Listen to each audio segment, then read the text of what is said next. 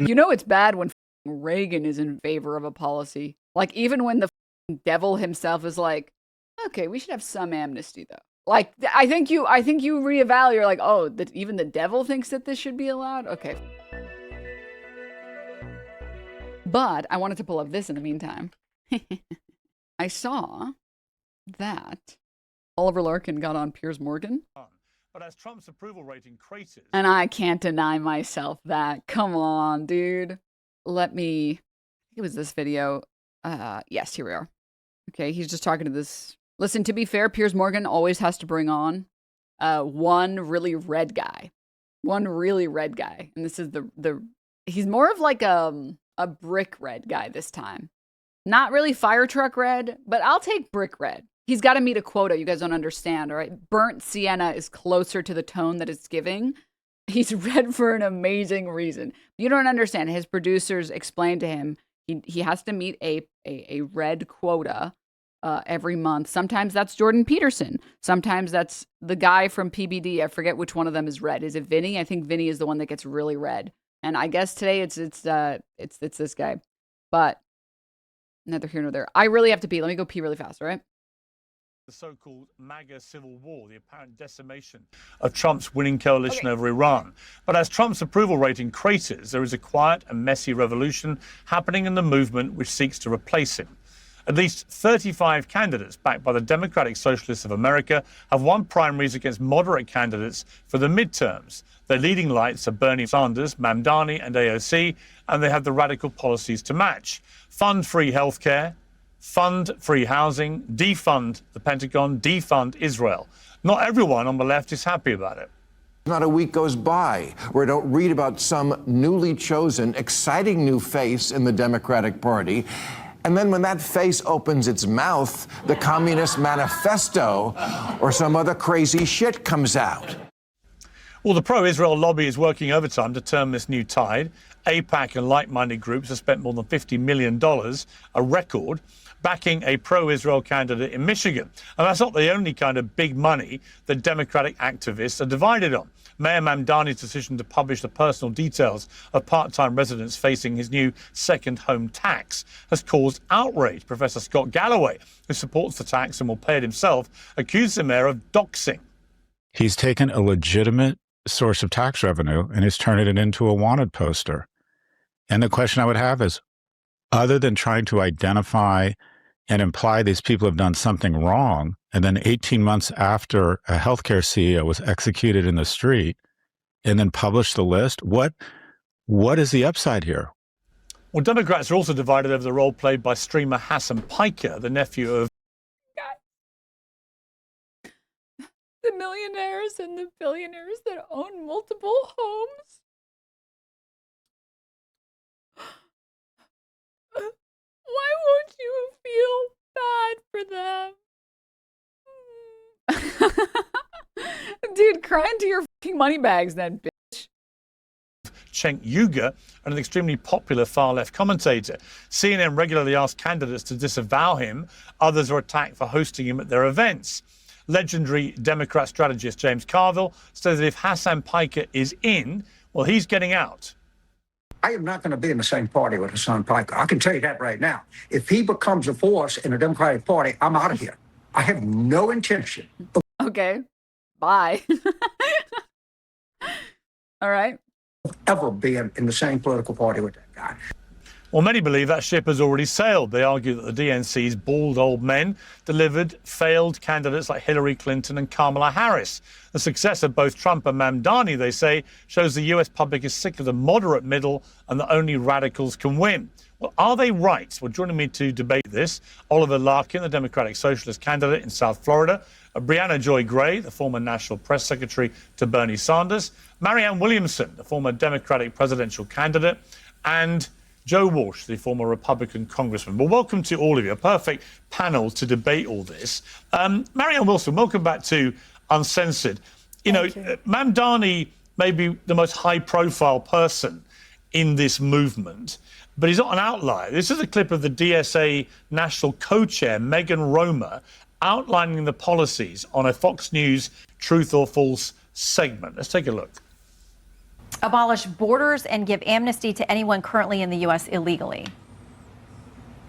As a long-term plan, yep. Defund the Pentagon. Also, Fox News is so out of touch. They think anyone cares what Carville thinks anymore. I bet most people under 40 have no idea who he is. Excuse you. All right. I've seen enough disrespect. Everyone knows who that is. Holy shit, what is this lineup? Pentagon. Absolutely. Abolish prisons, at least in large Did you part. see James bending the knee to Abdul? No, I didn't. Fuck. Yeah, again, that let as me part close of a some of these tabs. long-term program, yeah.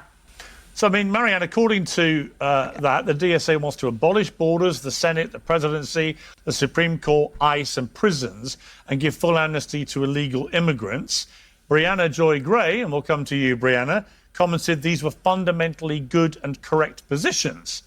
Do you think they're fundamentally good and correct positions, Marianne Williamson? Well, I think that the Democratic Party has to stand for a kind of intelligent middle.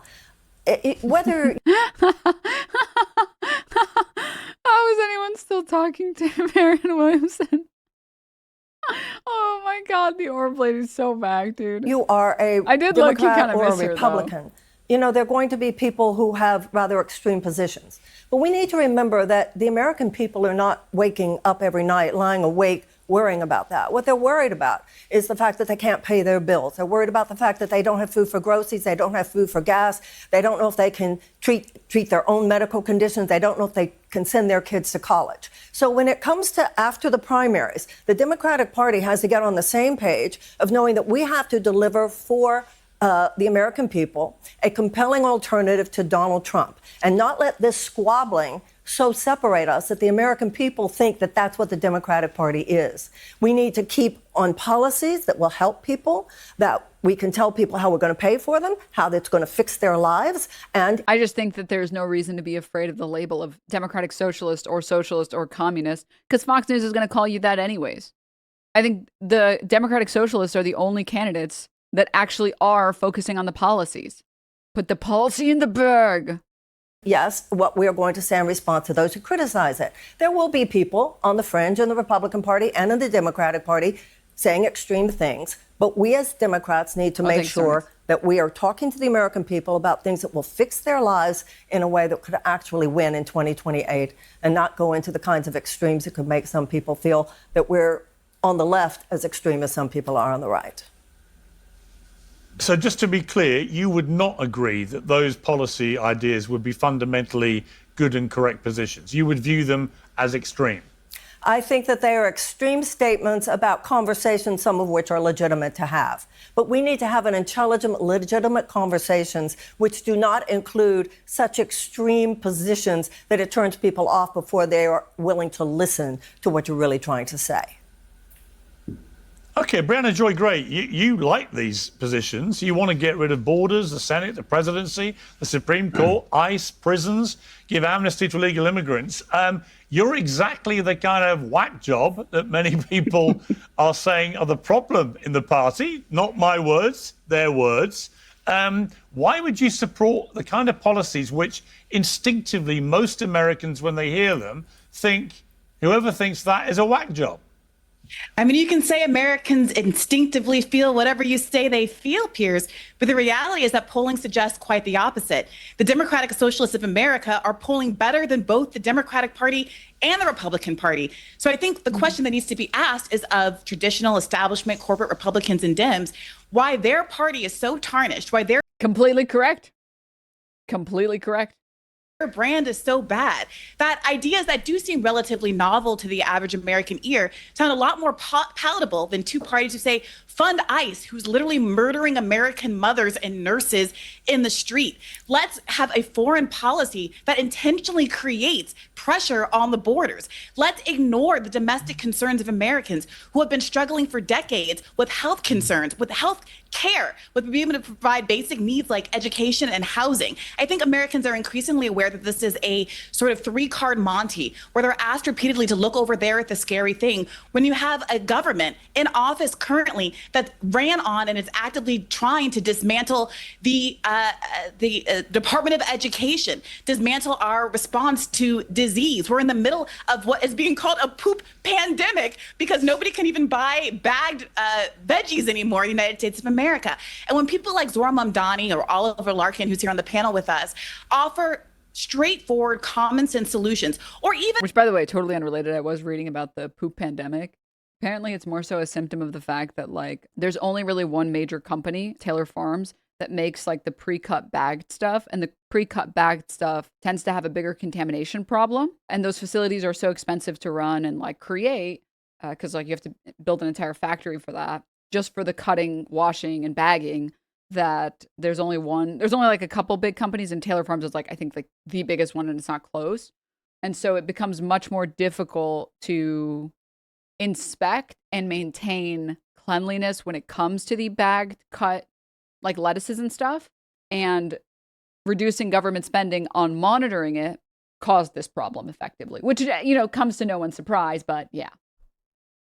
Old-time ideas like getting rid of the Senate, which is wildly unrepresentative. Does it make common sense to the average American that a state like Vermont should have the exact same representation as a state like California, the world's 5th biggest economy with 30 million people? No, absolutely not. So I think when you get out of the clickbait Fox News segments with Megan Romer, who I also just recently had on my own show, Bad Faith, by the way, and had an opportunity to have a more fulsome discussion, as Americans hear more about these ideas, they're only going to become more popular. How many illegal immigrants would you let into the country in your brave new world?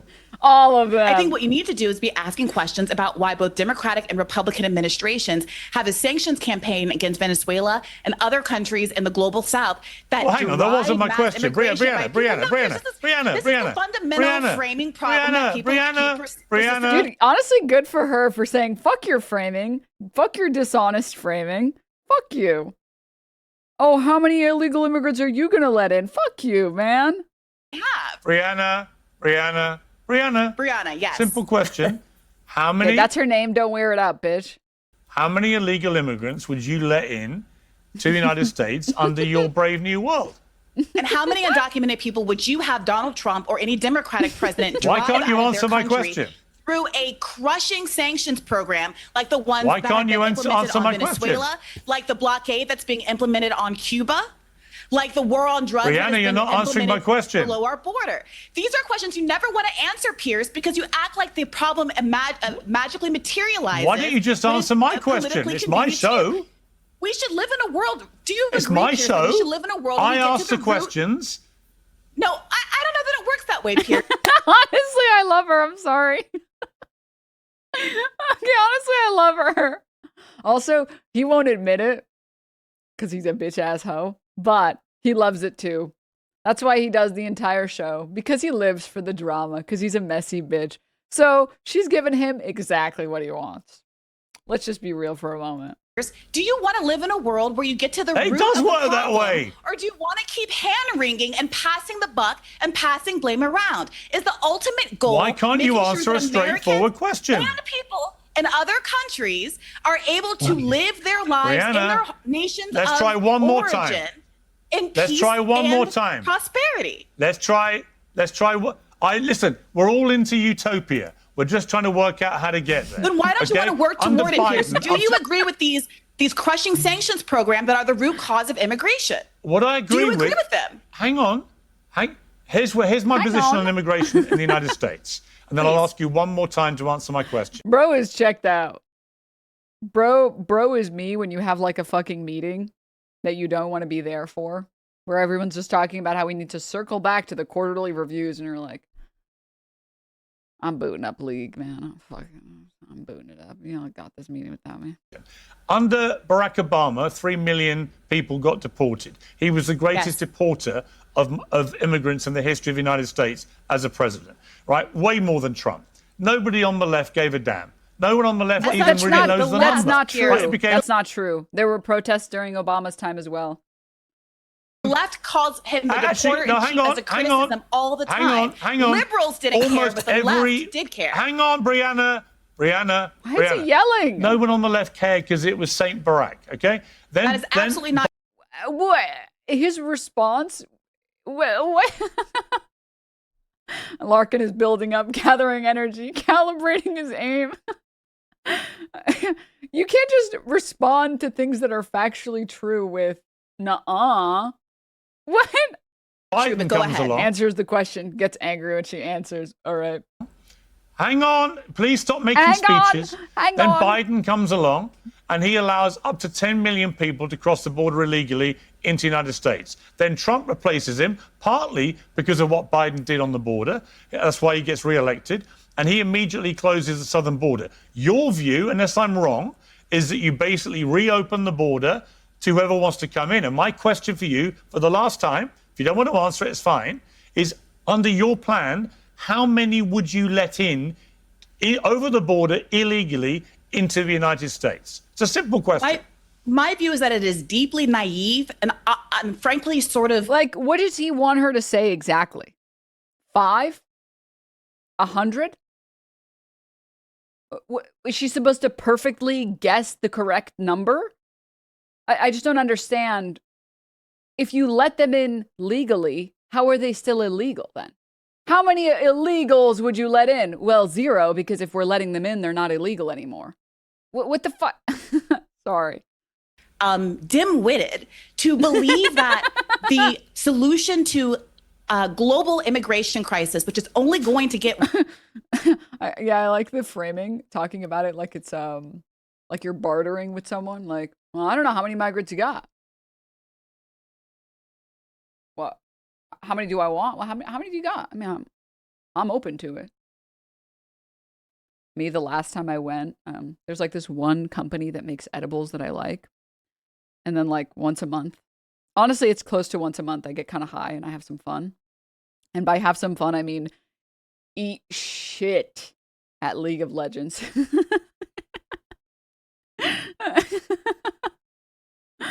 And I get so I'm like, dude, these games are so hard. They're so wow, these games are like, are they cheating? They must be using hacks. It's like, meanwhile, like you check the replay when you're sober and you're like, what was I thinking? Like I'm just like walking forward. Anyways, so they have these like really nice, really dope edibles. And the last time I went, I prefer to just go and pick up a bunch and then I just have enough for like a year. Because I don't get high that often because it interrupts my ability to work most of the time. The last time I went, they were like, oh, we're taking these out of stock soon. And I was like, well, how many? I kind of want to get some because they're really good. She's like, how many do you want? I was like, how many do you got? She's like, well, we have 10 here. I was like, okay. We got some in the back, or I'm down for 10 or more. What else how many do you got? She's like, well, let me go see. let me go see. You know, let me go check. Okay, we got 10 more. Yeah, you know what? Give me 20 bags. And it's California weed, which is really good and really cheap. It's like, it's crazy how expensive weed is in other states, dude. I gotta admit, when I went to New York recently, like a couple years ago, when I went back, they had just legalized weed in New York, and I was like, well, I gotta try it. And it was like, not good. And it was really expensive. It was like $60 for like this tiny bag of edibles that sucked. I was like, okay, California has one thing going for it. They got one thing going for them, all right? All right. Okay? You get so much weed for $50. I was on vacation. I was like, you know what? Let's go. Let's try it out. It was pretty mediocre. But anyways, I wanted to skip ahead a little bit to let our guest speak. Yes. All right, let's go. Effectively. Would you reopen the border and allow anyone to come in? We are so far from the conversation of how the United States is not respecting internationally agreed upon standards for the right of refugees to seek asylum at our border. We're trying all of these tricks and trades, and Joe Biden did it the same way as Donald Trump. Do you think all 10 million people? Hang on. Oliver. Do you think all 10 million that came in Biden's 4 years were legitimate refugees and asylum seekers, or were the vast majority people just wanting a better life in America but not wanting to do it legally? I think people who are coming to the United States are seeking a better life. And let's be clear, we're talking about immigration as if it is a criminal violation when We're also talking about immigration as if it's so easy to do legally. There are people who have been on wait lists to get their visas in the United States for literally decades. If it was so easy to do, and we actually, I don't know, had enough civil servants to go through any of the immigration documents that need to get gotten through, people wouldn't choose illegal pathways. They choose illegal pathways because they need to seek asylum now. This is such a, there are some issues that are complicated and there are some issues that are simple, or rather, there are some issues where the solution is simple. And this is one where the solution is very simple, where at least there is one easy thing that we can do right now immediately, which is actually, I don't know, look at any of the applications of people who are currently trying to seek asylum or trying to immigrate. it is immigration that is not documented, but this is a civil infraction, not a At Denims, my dad has been denied for 12 years, even though his whole family lives in America. criminal infraction. Well, it is a crime. It is a crime to enter a country illegally. It is a civil infraction. It's not a criminal act. It's a civil ordinance that is not the same as treating people who are you accept breaking it's unlawful. The United States has. Oh, it's unlawful? Yeah, well, guess what? Jeff Bezos parks wherever the fuck he wants. Why? Because we don't have day fines in this country, so it's just the cost of doing business for him to park next to a fire hydrant. Should we treat him like a criminal? The answer is yes, for different reasons. Because he is robbing the American people blind and refusing to pay taxes back into the system that enriched him. However, neither here nor there, not to get on my soapbox for a moment, there is a massive difference between a civil infraction and a criminal offense. And to treat all migrants as if they're these hardened criminals only serves to villainize immigrants more and more and more and more, right? Like, you wouldn't treat someone who was jaywalking as a hardened criminal. Look, grandma's crossing the street and it's a red light.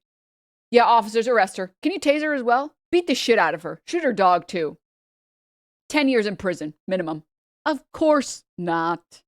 Okay? That is grandma, shut up. Of course not. You wouldn't view it that way. Like, the type of offense matters. Whether or not it is definitionally unlawful matters significantly less than what type of offense it is. A system that is literally making people lose their documented status. When we have the Department of Homeland Security that is invalidating temporary protected status for our Haitian neighbors. Yeah, but Oliver Larkin, do you accept that if you enter, do you accept, Oliver Larkin, if you accept, hang on, Oliver. I want to be clear about, I want to be clear what you think. Do you, hang on, Oliver, Oliver, do you? Sorry. Dude, Oliver Larkin is gonna have to disavow me for being anti-British with these Piers Morgan with the Piers Morgan invitation. Hang on. As a point of principle, that if you enter the United States illegally, you are breaking the law. Yes or no? I think that this is a civil violation. It is not a criminal violation. And frankly, is it unlawful? Who are entering the United States. Answer the question, Do you think it's lawful or unlawful? We need to add more capacity. Is it lawful or for unlawful? Immigration judges for. He literally said it's a civil offense. That tells you everything you need to know. It's not very helpful to just describe everything that is unlawful as unlawful, by the way. If you guys might know. Might not have guessed already. It's actually more important to describe things, especially civil or criminal offenses, by the degree of criminality or moral disgust you may feel. Like, I'm going to be honest with you. The immigrant that comes to the United States that works less than minimum wage and stands at Home Depot offering to paint my walls. Oh my God. How will I survive this horrible experience where I left Home Depot with a bucket of paint and two gentlemen were like, paint? You want? We can paint. Do you need painter? No, I'm going to paint it myself. You need painter? No, I'm good. You sure? I'm good. I'm really. Thanks though. I'm appreciate it, but I'm good by that. Thanks. I don't know, man. I don't really think that person is impacting my life in a negative way. People to be able to get documentation because we are so under capacity when it comes to people. It is so cost prohibitive for people, for immigrants to be able to even maintain documented status. They're forced to wait. They're forced to travel overnight to take off of work. I've been to these facilities, Piers, in Miramar, the ICE Enforcement and Removal Operations Center. People are being forced to sleep on the floor in air-conditioned rooms that are lit 24/7 while their families are outside. They've had to drive from Venice, Florida, or Sarasota, or Titusville 3-4 hours and taking off work at the drop of a hat just to be able to maintain their status. So we make it so hard on immigrants. It's just that whether it's unlawful, even if it is unlawful, the punishment should meet the crime. Like, it's just so, whatever. A hat just to be able to maintain their status. So we make it so hard on immigrants to be able to even maintain status once they've obtained it. And then we have the Department of Homeland Security that is just blanket invalidating people's status. But that's a different and issue. They do this to manufacture a political but crisis. hang on, Oliver. In Trump's first administration that the sanctions on Venezuela would create the conditions for migration. Oliver, I'm not defending everything Trump's done on immigration. But is it unlawful, though? And I thought some of the behavior of ICE was disgusting, including the deaths of people in the street, as we saw, which I thought was repulsive and called it out at the time. It went way over the top. However, if I was an American citizen, I would much prefer to have a secure, closed border, pretty much, that Trump has brought in, to the porous, open border. Who fucking asked? You're not, though, so shut the fuck up, bitch. That Biden allowed. And my question for you is now the same one I gave to Briahna that she didn't want to answer, which is if you have but your you didn't utopia, like my answer for. if you have the democratic socialist utopia, then how many illegal immigrants would you allow into the country? The system that I believe we should have is one where people are receiving documentation when they apply for asylum or when they apply to immigrate at our borders. So it's sort of a red herring question of what is the level that is acceptable. I want people to be able to receive the documentation to be able to work and live freely in the United States and not have this legal limbo hanging over people's heads. I mean, we're treating amnesty as if it's a dirty word. Ronald Reagan, you invoked Ronald Reagan's name. Ronald Reagan supported amnesty. I believe that we need to have amnesty. You know it's bad when fucking Reagan is in favor of a policy. Like, even when the fucking devil himself is like, okay, we should have some amnesty, though. Like, I think you reevaluate. You're like, oh, even the devil thinks that this should be allowed? Okay, fuck, all right, maybe I'm wrong. Maybe I'm wrong in this. One chatter said, my girl's been out here on a work permit. They changed the rules for the visa work permit suddenly, and she couldn't work anymore until it was figured out, which took years. This whole visa immigration shit is bullshit. Yeah. I mean, there are also, like, just in general, lots of things that we have, like, a lot of bureaucracy that exists only to make everyone's life worse, because all of our government bodies are incredibly underfunded, by the way, except the Pentagon. We always have more money for the Pentagon. Like, other states, other nations, they just tell you what you owe them at on tax day, in tax season. They don't tell you, ooh, let's play a little riddle. Let's play a game. You guess how much you owe me, and then I'll tell you if you're right or wrong. And if you're wrong, I'll charge you more, and then also give you a penalty for not guessing correct. If you know the number, just tell me what I owe you, dude. What? Why are we playing a game? What is this? Am I in a call with Laura Loomer? Just tell me what I owe you. Why the fuck do I have to pay H&R Blog a couple $100 to do this when you should just be able to tell me what I owe you? What the hell? If you are, to be clear, if you're a W-9 worker, obviously if you're a freelancer, it's a little bit more complicated, but most people are W-9 workers. Most people they don't work on 1099s as contractors. So there's no reason for it to be more complicated than that. It's all tied to your social security number. Or sorry, W-2. Why did I say W-9? I think it's an I-9, but W-2, excuse me. Like, why? This is so, it's obviously just because of TurboTax lobby. Yes, it is more difficult on purpose to make everyone else's lives worse, but at least the company gets to make some money off you. W so good, they made a W-2. I-9 is authorization document. Thank you. Sorry about that. What was I trying to say? And there's a lot of things like that just exist for no reason. Like some states I know when you request, and I think it's the case in California, when you lose your ID, if it's not expired and you have a lot of time on it, they'll just send you another ID. They'll literally mail it to you. Why is that not the case for every DMV? If you lose your ID and the address that you have on file is all accurate and you can authenticate your identity, why can't they just send you the new ID and then cancel the last ID in every state? Why the fuck do people have to go in person to just get a new ID reprinted? That should just be a completely online thing. Sorry, when I say state, I mean that's how it is in California, or some districts in California, or counties rather. But in other counties in the United States, that's not the case. In other counties in the United States, you have to go in person. You have to go in person to get a new ID. And it's but why can't this work the way that credit cards work, where credit card companies can just send you a new ID, a new card, and then your old one is void? It's so unnecessarily difficult for no fucking reason. IDs don't change numbers. Well, yeah, but there are other ways to identify an identification card. You're not thinking like a hacker, these difficulties are built in to prevent social engineering. People can just get fake IDs, right?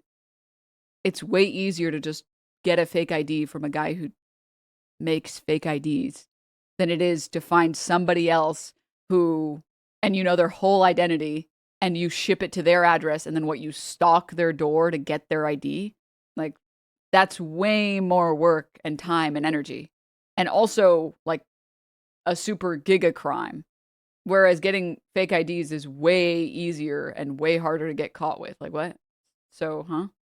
It's also way more felonies to steal someone else's ID than it is to make a fake? Yeah. Huh? That's way more difficult. That's not. Fake IDs are way too ubiquitous. But the thing is, it's you can't even do anything with a fake ID other than get into a bar? Because once you have to scan a fake ID, you're fucked, right? So it's not like you can even really use it for anything. That's also not what hacker means. Let's not get into it.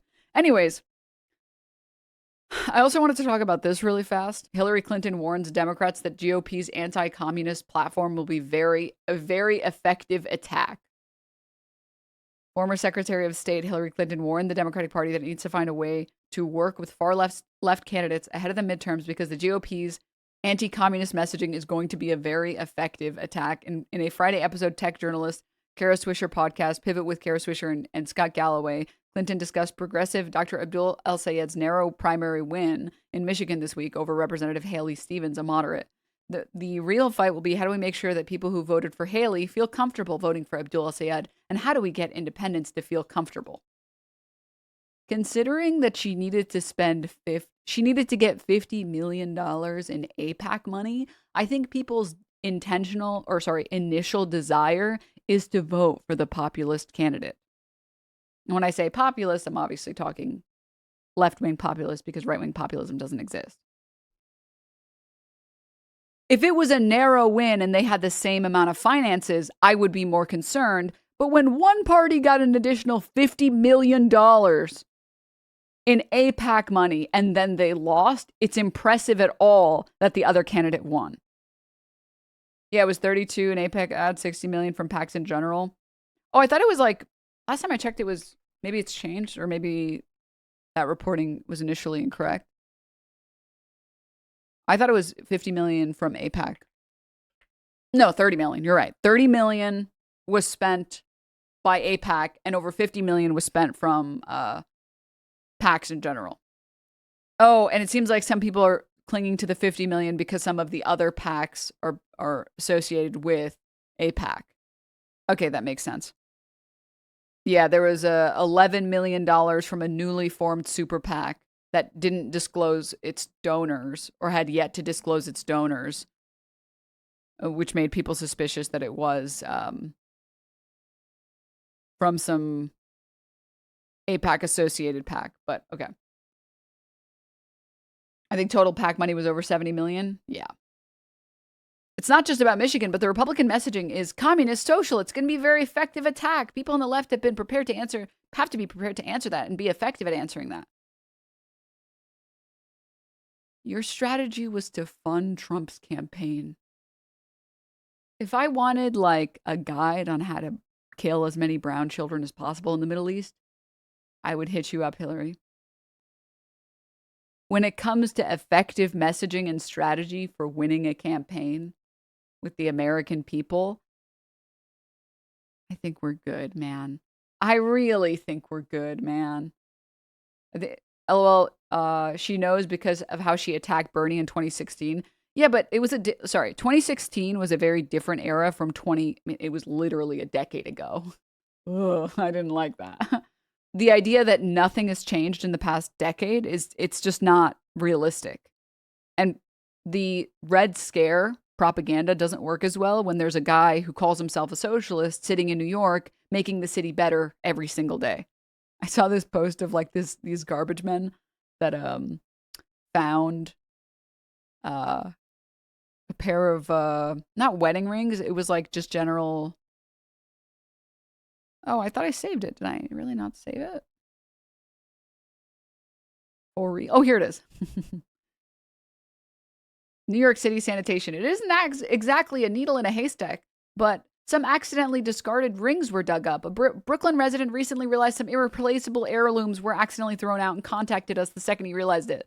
With a dumped out truck and a little bit of luck, the rings were found. We love a success story. Those are my garbage men. Our garbage men, comrade. New York under Mamdani. Like the Red Scare propaganda, it's not as effective when this is how people feel about New York City. So this like, the socialist is going to come and get you. And by come and get you, I mean, come and get you your rings that you accidentally put in the trash. Don't worry, we will find them. We will make sure that we find those precious heirlooms of yours. They sound really important. We found them. Here you go. Like, it's just not effective. Oh, this is so... I lost my watch in a New York City trash bin. How do I find it? Please message us with details to see if we can help. Eric Adams would have fenced them to some Turkish friends for some airline miles is crazy. New Yorkers waking up every day like...